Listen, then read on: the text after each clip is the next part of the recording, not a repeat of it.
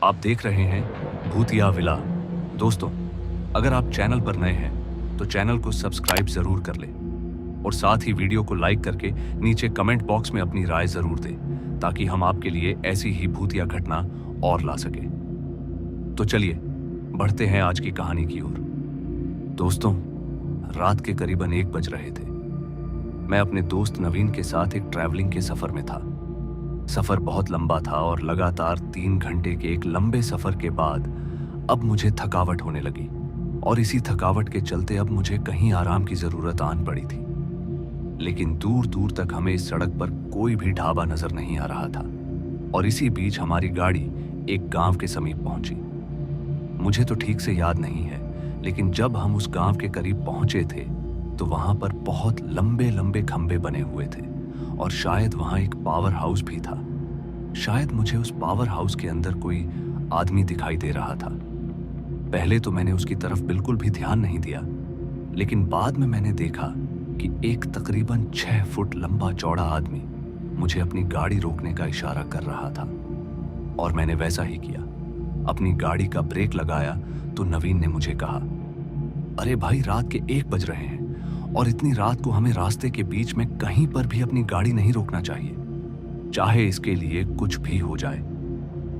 लेकिन मैंने नवीन की बातों को अनसुना कर दिया और फिर सड़क के बीचों बीच खड़ा हो गया, क्योंकि इस समय तो मुझे जोरदार भूख लगी थी और ऊपर से गाड़ी के अंदर रखा हुआ पानी भी अब गर्मी के मारे तपने लगा था। ठंडे पानी की तलाश में मैं काफी देर तक भटकता रहा, लेकिन यह मेरी बदकिस्मती थी कि काफी देर तक तलाश करने के बावजूद भी मुझे पानी की कोई सुविधा नहीं मिली। और फिर गुस्से में आकर मैं नवीन से कहने लगा, अबे भाई, तू चुप बैठ।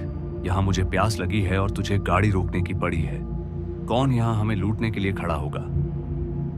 मगर फिर उस पावर हाउस के पास से मौजूद एक आदमी हमारी गाड़ी के पास पहुंचा और फिर उसने हमारी गाड़ी की विंडो को नीचे झुकाने के लिए कहा। तो इस पर मैंने गाड़ी का दरवाजा ही खोल दिया। वो आदमी बाकी इंसानों से मुझे थोड़ा अजीब प्रतीत हो रहा था। खैर, फिर उसके बाद मैंने उस आदमी से कहा, भाई साहब, यहां खाने पीने की कोई सुविधा है क्या? तो उस आदमी ने अपनी गर्दन को नीचे झुकाया। पता नहीं क्यों, लेकिन उस आदमी का व्यवहार मुझे बिल्कुल भी ठीक नहीं लग रहा था। काफी देर तक वह आदमी मौन खड़ा रहा और मैं उसका मुंह ताकता रहा। फिर मुझे लगा कि शायद यह शराब के नशे में है तो इसे कुछ सूझ नहीं रहा होगा। इसलिए फिर से मैंने उस आदमी के कान में कहा, भाई साहब, मैंने आपसे कुछ पूछा। फिर उसने एक गंभीर आवाज में कहा, यहां से 2 किलोमीटर आगे एक ढाबा पड़ता है, वहीं पर चले जाओ। और हाँ, यह गांव जितना नॉर्मल तुम्हें दिख रहा है ना, उससे कहीं ज्यादा खतरनाक है। लेकिन इस गांव की वास्तविकता तुम कभी नहीं देख पाओगे, जो तुम्हारे साथ कभी भी घट सकती है। उस आदमी की बातों पर मुझे एक तरफ हंसी भी आ रही थी तो दूसरी तरफ गहराइयों से छुपी हुई इन बातों का सच भी। मैं नहीं जान पाया कि वो आदमी कहना क्या चाहता है।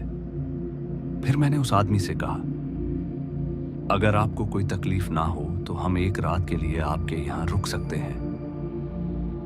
पता नहीं क्यों, लेकिन वो आदमी कुछ सोच विचार करके बोला, पर कमरे तो बहुत हैं, लेकिन इन कमरों के अंदर जो कुछ चीजें रहती हैं वह आपके लिए जानलेवा हो सकती हैं।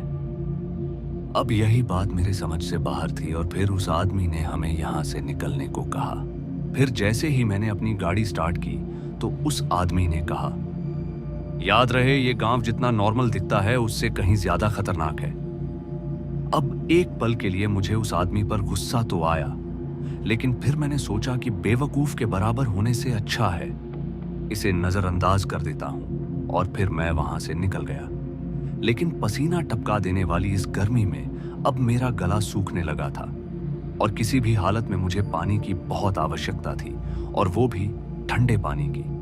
लेकिन पानी तो दूर दूर तक था ही नहीं। लेकिन अब तक मुझे सड़क के किनारे एक सुनसान जगह नजर आई, लेकिन ताज्जुब की बात तो यह थी कि सुनसान जगह होने के बावजूद वहां पर एक वाटर कूलर लगा हुआ था और उस वाटर कूलर के अंदर ठंडे पानी का बहाव हो रहा था। मैं तुरंत ही गाड़ी का दरवाजा खोलते हुए नीचे उतर गया, लेकिन जैसे ही मैंने अपनी गाड़ी का दरवाजा खोला तो मुझे एहसास हुआ मानो एक पतली सी हवा मेरे शरीर के आर पार हो गई हो।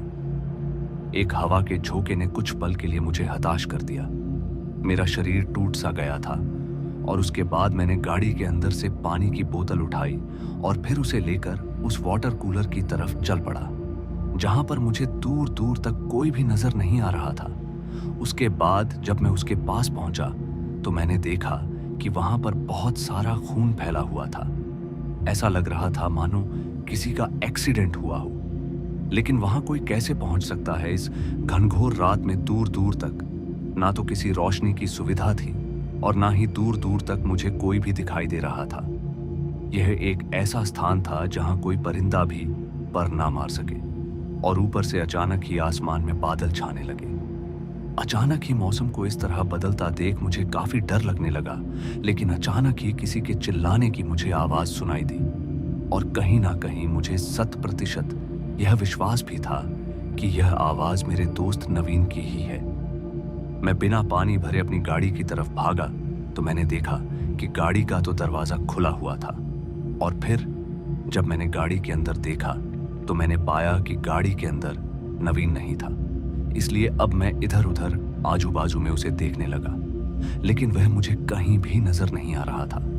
उसके बाद मुझे वहां से थोड़ी दूर एक छोटे से जंगल में किसी चीज के इधर उधर खिसकने की हल्की सी आवाज आने लगी और इस आवाज को सुनकर यह अंदाजा लगाना बहुत ही आसान था कि कहीं ना कहीं मेरा दोस्त भूल से टॉयलेट करने के लिए कहीं इस तरफ तो नहीं चला गया। और यह सब सोचते हुए मैं उन हल्की फुल्की झाड़ियों की तरफ चल दिया जहां कांटों के साथ साथ सूखे पेड़ मुझे दिखाई दे रहे थे। मैं तेज गति से कदम पटकता हुआ उस जगह पर पहुंचा तो मैंने देखा कि मुझे वहां पर कुछ नजर आ रहा था जो एकदम काला काला था और वह किसी टांग को पकड़कर घसीट रहा था। मुझे लगा शायद वह कोई जंगली जानवर है, मगर पता नहीं क्यों लेकिन उसे देखते ही मेरे शरीर के रोंगटे अपने आप ही खड़े हो रहे थे। पूरे बदन के अंदर गर्मी का एहसास भी होने लगा और इसी बीच मुझे आवाज आई, भाई भाई मुझे बचा ले वरना मुझे मार देगा। फिर मुझे एहसास हुआ कि यह तो कोई और नहीं बल्कि नवीन है, जिसका पांव पकड़ के वह भयानक जीव घसीटे जा रहा है। इससे पहले कि मैं कुछ कर पाता कि उस जीव ने नवीन को पकड़कर जोर से एक पेड़ से टकरा दिया, जिसके चलते नवीन अब दर्द के मारे करहाने लगा। लेकिन उसकी सहायता के लिए अभी भी मेरे कदम उसकी तरफ बढ़ ही नहीं पा रहे थे। पूरा बदन जोर से तपने लगा था और शरीर में खौफ का एक अलग ही रक्त बह रहा था। मगर फिर मैं एक सूखी लकड़ी लेकर उसकी तरफ भागा, लेकिन जैसे ही मैं तेज गति से उसकी तरफ भागा तो मुझे एहसास हुआ कि असल में यह कोई जंगली जानवर नहीं बल्कि एक प्रेत है जो बड़ा ही खौफनाक है। उसका मुंह एकदम खोखला था जिसके अंदर से मक्खियां भिन्न भिन्न कर रही थी, लेकिन मैं अपने दोस्त की जान बचाने में सफल नहीं रहा। उसका वह चेहरा जिसको देखकर हर कोई थरथरा उठे, उसके अंदर से निकलने वाला एक अजीब सा धुआं जो पहले मुझे उस आदमी के अंदर से निकलता हुआ दिखाई दिया और उसको देखकर मैं पूरी तरह से सहम गया। लेकिन जब मैंने अपने ही दोस्त की कटी हुई मुंडी देखी तो मैं अंदर तक टूट गया। अब मेरे अंदर इतनी भी हिम्मत नहीं थी कि किसी तरह वापस अपनी गाड़ी तक पहुंच सकूं। मेरे पांव अब फूल चुके थे, लेकिन फिर अपनी मौत को अपने सामने खड़ा देखकर किसी तरह वहां से मैं भागने की कोशिश करने लगा। फिर तेज रफ्तार के साथ भागते हुए अपनी गाड़ी के पास पहुंच गया, जहां पर मेरी जिंदगी बचाने के लिए मेरे पास एक अच्छा खासा मौका था। लेकिन जैसे मैंने अपनी गाड़ी का दरवाजा खोला तो वो राक्षस की तरह नजर आने वाला शैतान गाड़ी में ही बैठा था। उसने मेरे मुंह पर एक जोरदार झपट्टा मार दिया और मैं इस जोरदार झपट्टा को कुछ पल के लिए सह नहीं पाया और गाड़ी के दरवाजे से टकराकर वहीं पर बेहोश हो गया और सर में एक भारी चोट भी लग गई। फिर मैं एक गंभीर अवस्था में बेहोश हो गया था और जब मेरी आंख खुली तो मैंने देखा कि एक अजीब सा कमरा जिसके अंदर मुझे घुटन जैसा महसूस हो रहा था, वह पूरा का पूरा बंद था और उसके अंदर एक काली परछाई मेरे आसपास मंडरा रही थी। उस परछाई की आकृति में चांद की हल्की रोशनी में साफ देख पा रहा था। मुझे डर तो लग रहा था, किंतु मैं तभी जुबान में लड़खड़ाते हुए बोला, मैंने तुम्हारा क्या बिगाड़ा है, मुझे जाने दो। मगर मेरी इस बात का जवाब देने वाला यहाँ पर कोई भी नहीं था। मगर फिर उस काले रंग की परछाई के अंदर से एक आवाज आई, अगर अपनी जान बचानी है तो रात के 3 बजे जैसे ही यह दरवाजा खुलेगा तो तुम यहां से बाहर निकल जाना। लेकिन याद रहे, बाहर निकलते वक्त भी तुम किसी को नजर ना आओ। अगर भूल से भी किसी ने तुम्हें देख लिया तो फिर तुम्हारा जिंदा बचना मुश्किल होगा। पता नहीं क्यों, लेकिन यह सब बातें मुझे बड़ी डरावनी महसूस हो रही थी। तभी मैंने देखा कि मैं पेड़ों की जड़ों से बंधा हुआ था, लेकिन एक हाथ खुला हुआ था, तो मैंने अपने पूरे बदन को आजाद कर लिया। और दूसरी पल जब मैंने अपना चेहरा दूसरी तरफ घुमाया तो मैंने देखा कि उस जाले के अंदर से आ रही चांद की रोशनी में मुझे अपने दोस्त नवीन की लाश पड़ी हुई नजर आई। ये देखकर मैं घबरा गया, और इसी बीच कब रात के 3 बज गए मुझे तो पता ही नहीं चला। और जैसे मुझे हवा के एक तेज झोंके का एहसास हुआ तो मैं एक झटके से जाकर दरवाजे के पास खड़ा हो गया, और उसके बाद वह दरवाजा खुला और दरवाजे के खुलते में सरपट भागने लगा। और इस बार मैं थमा नहीं और सीधा हाईवे पर आकर रुका। लेकिन मैं किसी तरह अपनी जान बचाकर हाईवे पर तो भाग आया, लेकिन इसी बीच एक तेज तर्रार ट्रक पलक झपकते ही मुझे टक्कर मारकर वहां से आगे निकल गया।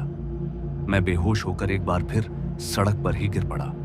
इस बार मैं घायल अवस्था में था और मेरे बदन में बहुत जोरदार चोटें आ चुकी थी।